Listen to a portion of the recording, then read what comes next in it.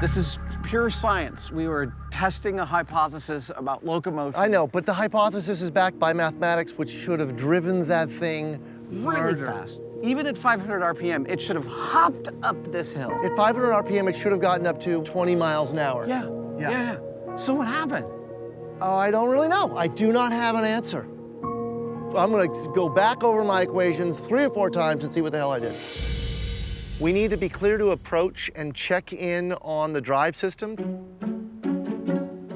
On closer examination, Adam Stelzner is pretty certain he's identified the culprit responsible for our failure. So what I think went down is our braking system wasn't strong enough to instantaneously transfer that energy, and so it diminished the energy of the wheels before it could really effectively transfer it to the big wheel.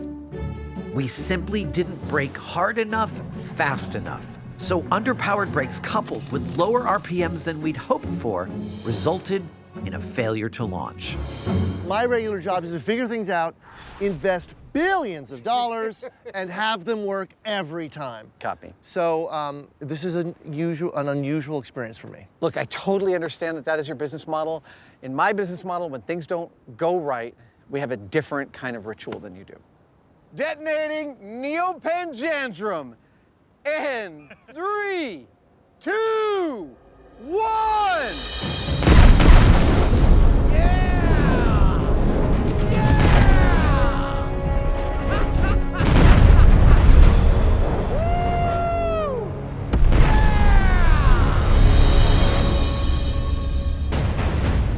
Oh my gosh. Isn't that a nice way to finish out a build? That was beautiful.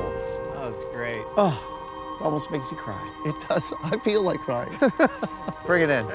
Give us some sugar. Group hug.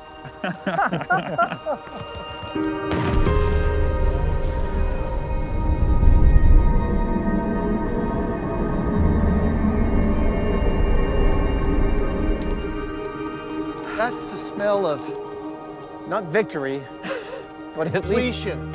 it's the smell of completion.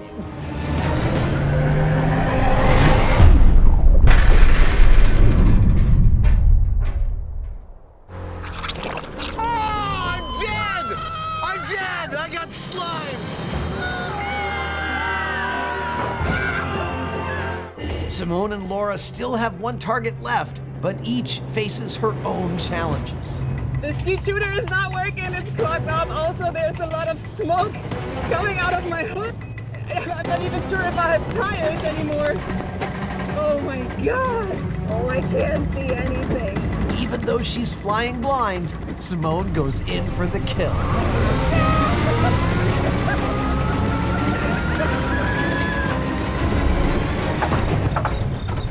Oh my God. I think my car is out. 3 of my tires were gone at that point. There was smoke coming out of my hood. There was nothing I could do. I was terrified. Start. Please.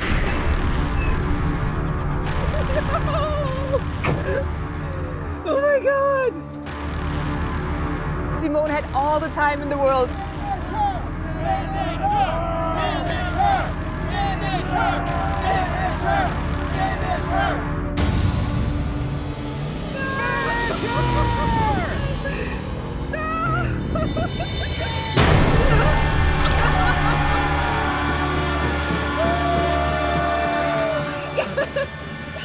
Simone wins!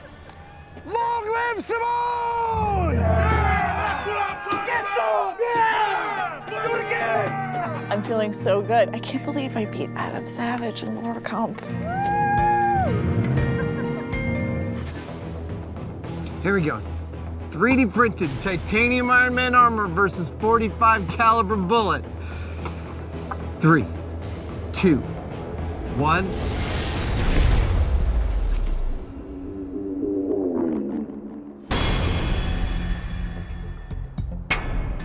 This is a hell of a hit. Let's go check it out. Whoa, some significant. Yeah, it came up and hit the shoulder bell, hit the pauldron, but seems to have skipped right off of it. Right there, that's a 45 caliber bullet hit, and it hasn't even left a significant mark. That is bulletproof armor. In the movies, you're always seeing Tony Stark in the Iron Man suit while people are shooting at him and the bullets are just bouncing off of him. We have now determined empirically, experimentally here at the shooting range that that is an accurate picture of what a titanium Iron Man suit would do in relation to bullets. It's totally bulletproof. We're now hurling a spring-loaded hammer into the center of a puddle of nitroglycerin. And 3, 2, 1. Whoa! Heads up, heads up! Everybody's okay? Well, flew. That worked. So, yeah, that was a boom. So we finally got an explosion, but what exactly just happened? Nitroglycerin is a formation of carbon, nitrogen, hydrogen, and oxygen atoms bound together in molecules. When nitro is subjected to an impact or shock load of sufficient force, the energy of the impact causes these molecules to break apart and reform as nitrogen gas, water vapor, and carbon dioxide.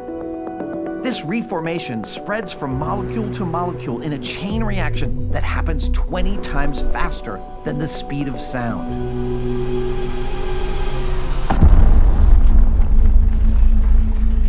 The initial volume of nitroglycerin increases by 1,200 times at 17,000 miles per hour.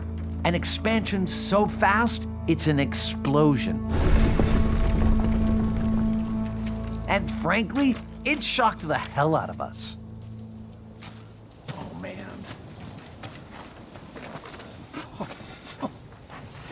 That is 2 half-inch plates of steel, 12 inches square, that flew about 75 feet from a puddle of nitroglycerin. It would seem that its reputation is warranted. While the impact of our last drop was enough to break the bottle, the shock load clearly wasn't sufficient to detonate the nitro, in stark contrast to the reaction caused by the higher shock load created by our spring-loaded steel hammer hitting that steel plate. That's scary.